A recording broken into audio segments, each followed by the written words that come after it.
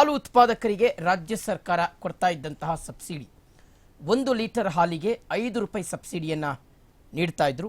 ಈಗ ಕಳೆದ 4-5 ತಿಂಗಳಿನಿಂದ ಆ ಒಂದು ಸಬ್ಸಿಡಿ ಬರ್ತಾ ಇಲ್ಲ ಅನ್ನುವ ಗಂಭೀರ ಆರೋಪ ಮಾತ್ರವಲ್ಲ, ಬದಲಾಗಿ ಸ್ವತಃ ಹಾಲು ಉತ್ಪಾದಕರೇ ತಮ್ಮ ನೋವನ್ನು ಹೇಳ್ಕೊಳ್ತಾ ಇದ್ದಾರೆ. ಸೊ ಈ ವಿಚಾರಕ್ಕೆ ಸಂಬಂಧಪಟ್ಟಂತೆ ರಾಜ್ಯ ಸರ್ಕಾರದ ಕಣ್ಣನ್ನು ತೆರೆಸುವಂತ ಒಂದು ಕೆಲಸವನ್ನ ನಾವು ಮಾಡ್ತಾ ಇದ್ದೀವಿ.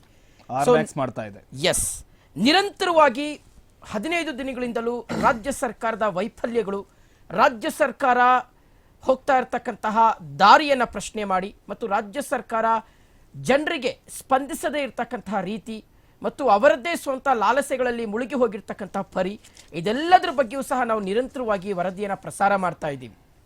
ಪಂಚ ಗ್ಯಾರಂಟಿಗಳನ್ನು ಅನುಷ್ಠಾನಕ್ಕೆ ತಂದಿರತಕ್ಕಂಥ ರಾಜ್ಯ ಸರ್ಕಾರ ಆ ಪಂಚ ಗ್ಯಾರಂಟಿಗಳಲ್ಲೂ ಸಹ ಎಡವಿರ್ತಕ್ಕಂಥದ್ದನ್ನು ನಾವು ಸಾಕ್ಷ್ಯ ಸಮೇತ ರಾಜ್ಯದ ಜನರ ಮುಂದೆ ತೆರೆದಿಟ್ಟಿದ್ದೀವಿ. ಮಗದೊಂದು ಕಡೆ ಈ ಹಾಲಿನ ವಿಚಾರ, ಏಕೆಂದರೆ ಸಿದ್ದರಾಮಯ್ಯನವರು 2013ರಲ್ಲಿ ಫಸ್ಟ್ ಟೈಮ್ ಮುಖ್ಯಮಂತ್ರಿ ಆದಂಥ ಸಂದರ್ಭದಲ್ಲಿ ಕ್ಷೀರಭಾಗ್ಯ ಯೋಜನೆಯನ್ನು ಜಾರಿಗೆ ತರ್ತಾರೆ. ಆ ಕ್ಷೀರಭಾಗ್ಯ ಯೋಜನೆಯನ್ನು ಜಾರಿಗೆ ತಂದಂತಹ ಖ್ಯಾತಿ ಮತ್ತು ಸಿದ್ದರಾಮಯ್ಯನವರಿಗೆ ಇವತ್ತು ಈಗಿನ ಸರ್ಕಾರವನ್ನು ನಾವೇನು ಗ್ಯಾರಂಟಿ ಸರ್ಕಾರ ಅಂತ ಕರಿತೀವಿ, ಆಗಿನ ಸರ್ಕಾರವನ್ನು 2013ರಿಂದ 2018ರ ಸರ್ಕಾರವನ್ನು ನಾವು ಭಾಗ್ಯಗಳ ಸರ್ಕಾರ ಅಂತ ಕರಿತಾ ಇದ್ವಿ. ಸಿದ್ದರಾಮಯ್ಯನವರನ್ನ ಭಾಗ್ಯಗಳ ಸರದಾರ ಅಂತ ನಾವು ಕರಿತಾ ಇದ್ವಿ.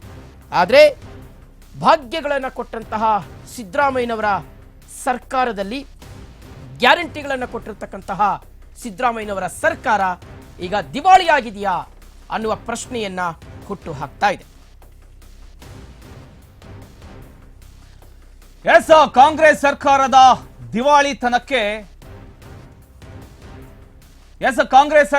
ದಿವಾಳಿತನಕ್ಕೆ ಮತ್ತೊಂದು ಸಾಕ್ಷಿ ಸಿಕ್ಕಿದೆ. ಆರ್ಮ್ಯಾಕ್ಸ್ ನಲ್ಲಿ ಸಿದ್ದರಾಮಯ್ಯ ಸರ್ಕಾರದ ದಿವಾಳಿ ಸ್ಟೋರಿಯನ್ನ ನಾವಿವತ್ತು ಹೇಳೋದಕ್ಕೆ ಹೊರಟಿದ್ದೀವಿ. ಪಂಚ ಗ್ಯಾರಂಟಿ ಮೂಲಕ ಸಿದ್ದು ಸರ್ಕಾರಕ್ಕೆ ಆರ್ಥಿಕ ಸಂಕಷ್ಟ ಬಂದೊದಗಿದೆ.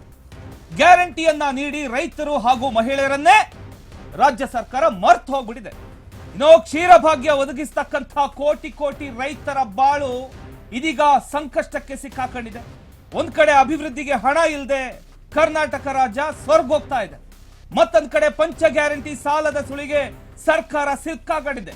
ಹಲವು ಸಂಕಷ್ಟದ ನಡುವೆ ಬಡಪಾಯಿಗಳಾದ್ರೂ ಹಾಲು ಉತ್ಪಾದಕರು ಈಗ ಬಡಪಾಯಿಗಳು ಆಗಿದ್ದಾರೆ ಅನ್ನುವಂಥದ್ದು ಗೊತ್ತಾಗ್ತಾ ಇದೆ. ಆರ್ಮ್ಯಾಕ್ಸ್ ಅಲ್ಲಿ ಹಾಲು ಉತ್ಪಾದಕರ ಸಂಕಷ್ಟದ ಒಂದು ಇಂಚಿಂಚು ಮಾಹಿತಿಯನ್ನ ನಾವಿವಾಗ ಹೇಳೋದಕ್ಕೆ ಹೊರಟಿದೀವಿ. ಇದು ಗ್ಯಾರಂಟಿ ಸರ್ಕಾರನ ಅಥವಾ ಗ್ಯಾರಂಟಿಯಾಗಿ ರಾಜ್ಯವನ್ನ ದಿವಾಳಿ ಮಾಡ್ತಕ್ಕಂಥ ಸರ್ಕಾರನ ಅನ್ನುವಂಥ ಒಂದು ಪ್ರಶ್ನೆ ಈಗ ಹುಟ್ಕೊಂಡಿದೆ. 5 ಗ್ಯಾರಂಟಿಗಳನ್ನ ಅಧಿಕಾರಕ್ಕೆ ತಂದುಕೊಡ್ತು. 5 ಗ್ಯಾರಂಟಿ ಕೊಟ್ಟು ಅಧಿಕಾರಕ್ಕೆ ಬಂದಂತ ಕಾಂಗ್ರೆಸ್ ಸರ್ಕಾರ ಇವತ್ತು ಆ ಗ್ಯಾರಂಟಿಗಳೇ ರಾಜ್ಯದ ಮೇಲೆ ಭಾರವಾಗಿದೆಯಾ ಅನ್ನುವಂತ ಒಂದು ಪ್ರಶ್ನೆಯನ್ನ ಕೇಳೋ ಪರಿಸ್ಥಿತಿಗೆ ಬಂದಿದೆ. ಎಸ್ ಪ್ರಮೋದ್, ನಾವು ಈ ಹಾಲಿನ ಉತ್ಪಾದಕರಿಗೆ ರಾಜ್ಯ ಸರ್ಕಾರ ಕೊಡ್ತಾ ಇರತಕ್ಕಂತಹ ಅಥವಾ ಕೊಡ್ತಾ ಇದ್ದಂತಹ ಈ 5 ರೂಪಾಯಿ ಸಬ್ಸಿಡಿಯ ಬಗ್ಗೆ ನಾವು ಇವತ್ತು ಮಾತನಾಡ್ತಾ ಇದ್ದೀವಿ. ನೋಡಿ, ಕ್ಷೀರಭಾಗ್ಯ ಯೋಜನೆಯ ಬಗ್ಗೆ ನಾನು ಸ್ಟಾರ್ಟಿಂಗಲ್ಲಿ ಹೇಳಿದೆ.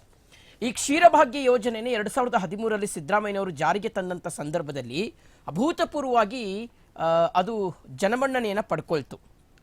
ಇವತ್ತದರ ಪರಿಸ್ಥಿತಿ ಏನಾಗಿದೆ ಅನ್ನೋದನ್ನು ನಾವು ಹೇಳಬೇಕು ಅಂದರೆ, ನಮ್ಮ ಕ್ಯಾಮ್ರಾಗಳು ತಗೊಂಡು ಅನುದಾನ ರಹಿತ ಗೌರ್ಮೆಂಟ್ ಸ್ಕೂಲ್ಗಳಿಗೆ ನಾವು ಹೋಗಬೇಕು. ಹೌದು, ಅನುದಾನ ಸಹಿತ ಗೌರ್ಮೆಂಟ್ ಸ್ಕೂಲ್ಗಳಿಗೆ ನಾವಿವತ್ತು ಕ್ಯಾಮ್ರಾಗಳನ್ನ ತಗೊಂಡು ಹೋಗಬೇಕು.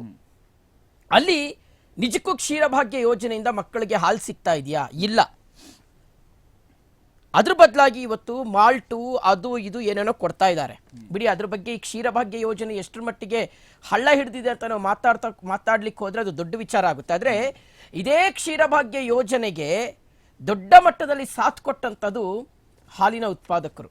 ಹಾಲಿನ ಉತ್ಪಾದಕರು ಇಲ್ಲದೆ ಹೋಗಿದ್ದಿದ್ರೆ ಇವತ್ತು ರಾಜ್ಯದಲ್ಲಿ ಸಿದ್ದರಾಮಯ್ಯನವರೇನು ಪದೇ ಪದೇ ಹೇಳ್ತಾರಲ್ಲ, ಕ್ಷೀರಭಾಗ್ಯ ಯೋಜನೆಯನ್ನು ಕೊಟ್ಟಿದ್ದೀನಿ ನಾನು, ಭಾಗ್ಯಗಳ ಸರದಾರ ಅಂತ, ಆ ಕ್ಷೀರಭಾಗ್ಯ ಯೋಜನೆ ಸಕ್ಸಸ್ ಆಗ್ತಾ ಇರಲಿಲ್ಲ. ಎಷ್ಟೋ ಜನರ ಮಕ್ಕಳ ಹೊಟ್ಟೆ ತುಂಬಿಸಿದಂತಹ ಕ್ಷೀರಭಾಗ್ಯ ಯೋಜನೆಯ ಹಾಲು, ಆ ಹಾಲನ್ನು ಕೊಟ್ಟಂತಹ ಹಾಲಿನ ಉತ್ಪಾದಕರು ಇವತ್ತು ಬರೀ ಹೊಟ್ಟೆಯಲ್ಲಿ ಮಲಗಬೇಕಾದಂಥ ಒಂದು ಪರಿಸ್ಥಿತಿ ನಿರ್ಮಾಣ ಆಗಿದೆ. ಯಾಕೆಂದ್ರೆ ಅವರ ಹೊಟ್ಟೆಯನ್ನ ಇವತ್ತು ರಾಜ್ಯ ಸರ್ಕಾರ ಖಾಲಿಯಾಗಿಸಿದೆ. ಅವ್ರಿಗೆ ಕೊಡಬೇಕಾಗಿರ್ತಕ್ಕಂಥ ಈ ಸಬ್ಸಿಡಿ ಹಣವನ್ನ ಕೊಡ್ತಾ ಇಲ್ಲ.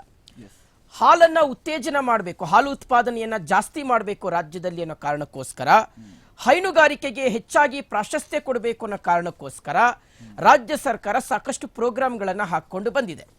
ಮಗದೊಂದು ಕಡೆ ಈ ಖಾಸಗಿ ವಲಯಕ್ಕೆ ರೈತರು ಬಲಿಪಶು ಆಗಬಾರದು ಅನ್ನೋ ಕಾರಣಕ್ಕೋಸ್ಕರ ಈ ಸಬ್ಸಿಡಿಯನ್ನ ಸಿದ್ದರಾಮಯ್ಯನವರು ಘೋಷಣೆ ಮಾಡಿದ್ರು. ಆಕ್ಚುಲಿ ಇದು 4 ರೂಪಾಯಿ ಇತ್ತು ಪ್ರಮೋದ್. 2017ರಲ್ಲಿ ಇದೇ ಸಿದ್ದರಾಮಯ್ಯನವರು ಗಣರಾಜ್ಯೋತ್ಸವದ ದಿನದಂದೇ ಮಾಧ್ಯಮಗಳ ಮುಂದೆ ಒಂದು ಘೋಷಣೆ ಮಾಡ್ತಾರೆ. 4 ರೂಪಾಯಿ ಇದ್ದಂತ ಸಬ್ಸಿಡಿಯನ್ನ 5 ರೂಪಾಯಿಗೆ ಏರಿಕೆ ಮಾಡ್ತಾರೆ. ಅಲ್ಲಿಂದ ಇಲ್ಲಿಯವರೆಗೆ ಏರಿಕೆ ಆಗಿಲ್ಲ. ಇದು 2017 1 ರೂಪಾಯಿ ಜಾಸ್ತಿ ಮಾಡಿದ್ರೆ 2017ರಲ್ಲಿ. ಅಂದ್ರೆ 2018ರ ಎಲೆಕ್ಷನ್ಗೆ 1 ವರ್ಷ ಬಾಕಿ ಇರುವಂತ ಸಂದರ್ಭದಲ್ಲಿ ಸಿದ್ದರಾಮಯ್ಯನವರು 1 ರೂಪಾಯಿಯನ್ನ ಜಾಸ್ತಿ ಮಾಡ್ತಾರೆ. ಸೊ ಅಲ್ಲಿಂದ 2017ರಿಂದ ಇಲ್ಲಿಯವರೆಗೆ ಆ ದರ ಏರಿಕೆ ಆಗಿಲ್ಲ. ಆಕ್ಚುಲಿ ರೈತರು ಸಬ್ಸಿಡಿ ದರವನ್ನು ಏರಿಕೆ ಮಾಡಿ ಅಂತ ಆಗ್ರಹಿಸ್ತಾ ಇದ್ದಾರೆ, ಬೇಡ್ಕೊಳ್ತಾ ಇದ್ದಾರೆ. ಬಿಕಾಸ್ ಇವತ್ತು ದರ ಏರಿಕೆಯ ಬಿಸಿ ಅನ್ನುವಂಥದ್ದು ನಮ್ಮ ರೈತರಿಗೆ ಎಷ್ಟರ ಮಟ್ಟಿಗೆ ತಟ್ಟಿದೆ ಅನ್ನೋದು ನಮಗೆ ಗೊತ್ತಿದೆ. ಅದೇ ಒಂದ್ ಕಡೆ ಅಭಿವೃದ್ಧಿಗೆ ದುಡ್ಡಿಲ್ಲ ಅಂತ ಹೇಳ್ಬಿಟ್ಟು ಆ ಇಲಾಖೆಗಳೆಲ್ಲ ಕೈ ಕಟ್ಕೊಳ್ತಿದೆ. ಇನ್ನೊಂದ್ ಕಡೆ ಎಲ್ಲೋ ಒಂದ್ ಕಡೆ ಸಾವಿರಾರು ದುಡ್ಡನ್ನ ವೆಚ್ಚ ಮಾಡ್ತಾ ಇದೆ, ಅಂದ್ರೆ ಬೇರೆ ಗ್ಯಾರಂಟಿಗಳಿಗೋಸ್ಕರ. ಈ ರೀತಿ ಇದ್ರೆ ಏನಾಗುತ್ತೆ? ಖಂಡಿತ. ಅಂದ್ರೆ ಈಗ ನಾವು ಮುಂದಿನ ಬ್ರೇಕಿಂಗ್ ನಲ್ಲಿ ಇದರ ಅಂಕಿ ಅಂಶಗಳನ್ನ ಕೊಡ್ತೀವಿ, ಎಷ್ಟು ರಾಜ್ಯ ಸರ್ಕಾರ ಬಾಕಿ ಉಳಿಸ್ಕೊಂಡಿದೆ ಅನ್ನುವಂಥ